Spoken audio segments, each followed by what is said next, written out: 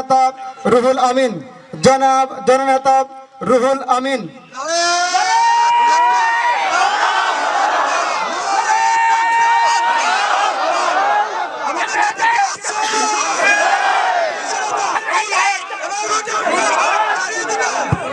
আসসালামু আলাইকুম ওয়া রাহমাতুল্লাহি ওয়া বারাকাতুহু। আউযু বিল্লাহি মিনাশ শাইতানির রাজীম। বিসমিল্লাহির রহমানির রহিম। আমার একান্ত শ্রদ্ধাভাজন উপজেলার নেতৃবৃন্দ, সামনে বসা সাতিয়ানতলা গ্রামের সম্মানিত গ্রামবাসী, আমার সফর সঙ্গীবৃন্দ, সবাই মিলে মহান রবের দরবারে অবনত মস্তকে কালিমাত শুকর আদায় করে বলি আলহামদুলিল্লাহ। রাসূলুল্লাহ সাল্লাল্লাহু আলাইহি সাল্লামের উপর সবাই মিলে মহাব্বত করে দুরূদ পাঠ করে বলি সাল্লাল্লাহু আলাইহি সাল্লাম। আপনাদের ঈদের পরে আপনাদের সাথে প্রথম দেখা, এই জন্য সবাইকে জানাই ঈদ পরবর্তী ঈদের শুভেচ্ছা। ঈদ মোবারক। আপনারা কেমন আছেন? অনেক আলহামদুলিল্লাহ। অনেকটা দিন আমরা ঈদ বাবার সাথে মায়ের সাথে গ্রামবাসীর সাথে করতে না পারার সব ব্যথা বেদনা এবার ভুলে গেছে। মুক্ত আকাশে সবাই মিলে একসাথে ঈদ উদযাপন করতে পারার কারণে আলহামদুলিল্লাহ। সম্মানিত ভাই সব, আমরা একটি বৈষম্যহীন বাংলাদেশ গড়তে চাই। 24-এর বিপ্লবে যেই স্লোগানটা ছিল তেজের স্লোগান, শক্তির স্লোগান, সেই স্লোগানটার নাম উই ওয়ান্ট জাস্টিস।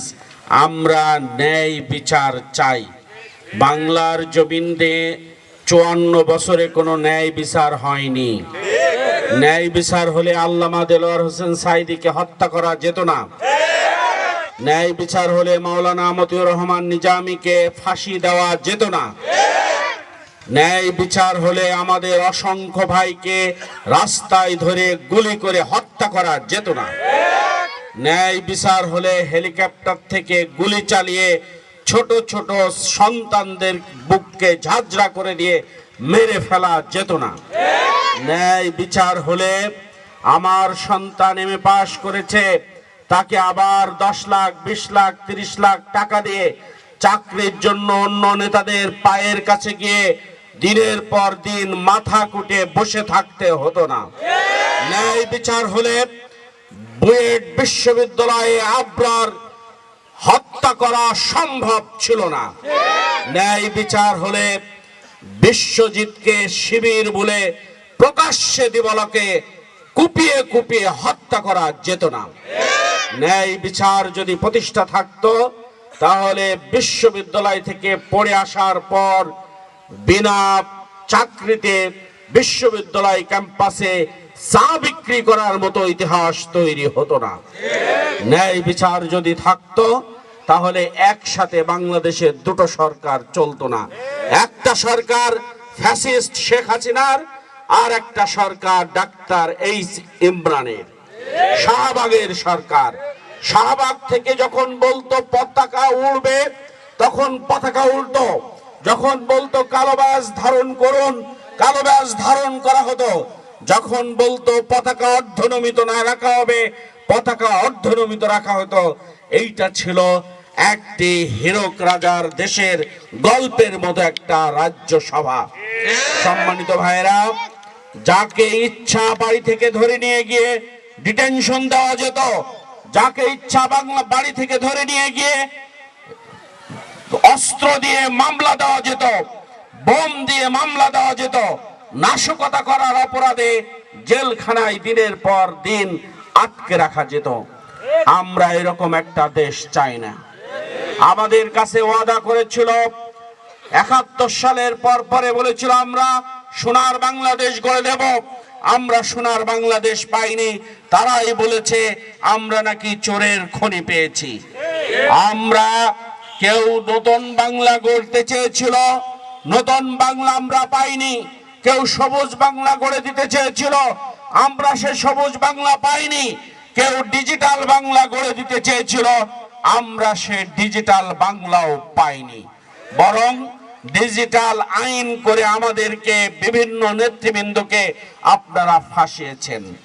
বাংলাদেশ থেকে ইলিয়াসকে আপনারা তাড়িয়ে দিয়েছেন, বাংলাদেশ থেকে পিনাকিকে আপনারা তাড়িয়ে দিয়েছেন, বাংলাদেশ থেকে খালেদ মহিউদ্দিনকে তাড়িয়ে দিয়েছেন, বাংলাদেশ থেকে আমার দেশ পত্রিকার মাহমুদুর রহমানকে আপনারা তাড়িয়ে দিয়েছিলেন, বাংলাদেশ থেকে আপনারা কনক সারোয়ারকে তাড়িয়ে দিয়েছিলেন। সম্মানিত ভাইরা, সবাইকে তাড়িয়ে দিয়ে ভেবেছিলেন রাষ্ট্র ক্ষমতায় থাকবেন।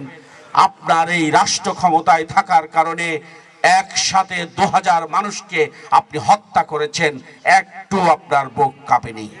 বরং আপনি ইন্ডিয়াকে বলেছেন আমার দেশের যে বিদ্রোহ হচ্ছে এই বিদ্রোহ দমানোর জন্য আপনি সোলজার পাঠান, এই সৈনিকরা এসে বাংলার মানুষের বুকে গুলি চালিয়ে তাদেরকে নিবৃত করে দিক।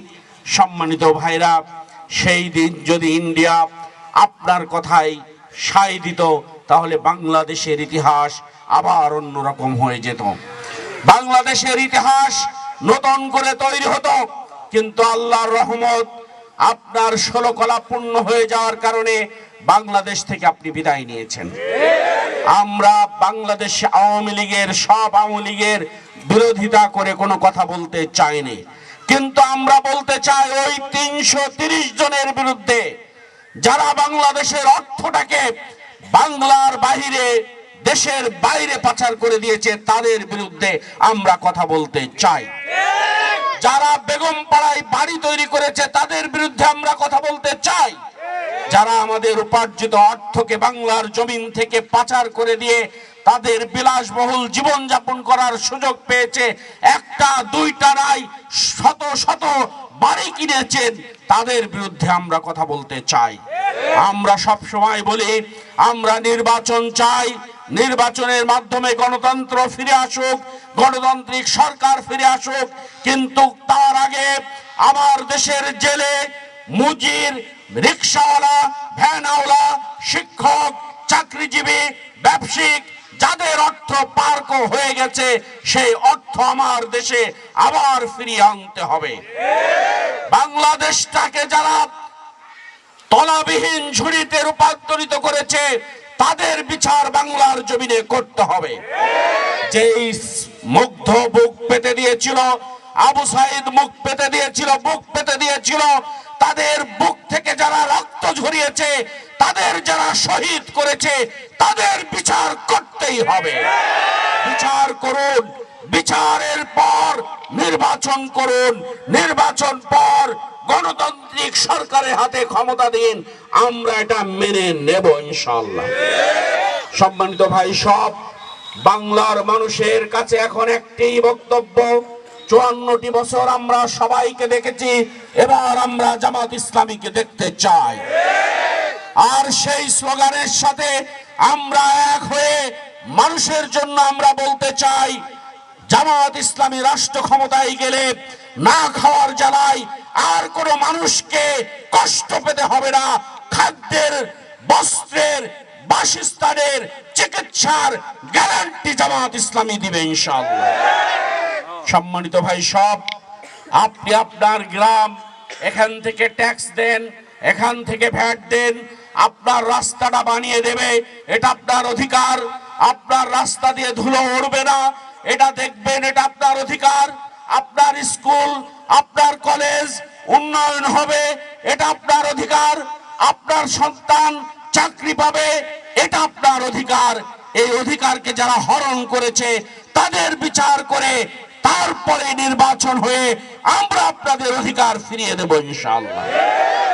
সম্মানিত বন্ধুগণ, সুতরাং আসুন, আমরা সুন্দর একটি দেশ গড়তে চাই, সুন্দর একটি ভূখণ্ড দিতে চাই, সুন্দর একটি গণতান্ত্রিক রাষ্ট্র দিতে চাই, সুন্দর একটি ইসলামী সমাজ ব্যবস্থা বিনির্মাণ করতে চাই, মানুষের অধিকার ফিরিয়ে দিতে চাই, শিক্ষকদের আলাদা বেতন কাঠামো তৈরি করতে চাই, দেশের মানুষের হাহাকার বন্ধ করতে চাই, দেশের মানুষ দাবির জন্য রাস্তায় নামুক এই দৃশ্য বন্ধ করতে চাই, দাবি করার আগেই তার ন্যায্য অধিকার ফিরিয়ে দিক, এই গ্যারান্টি আমরা দিতে চাই।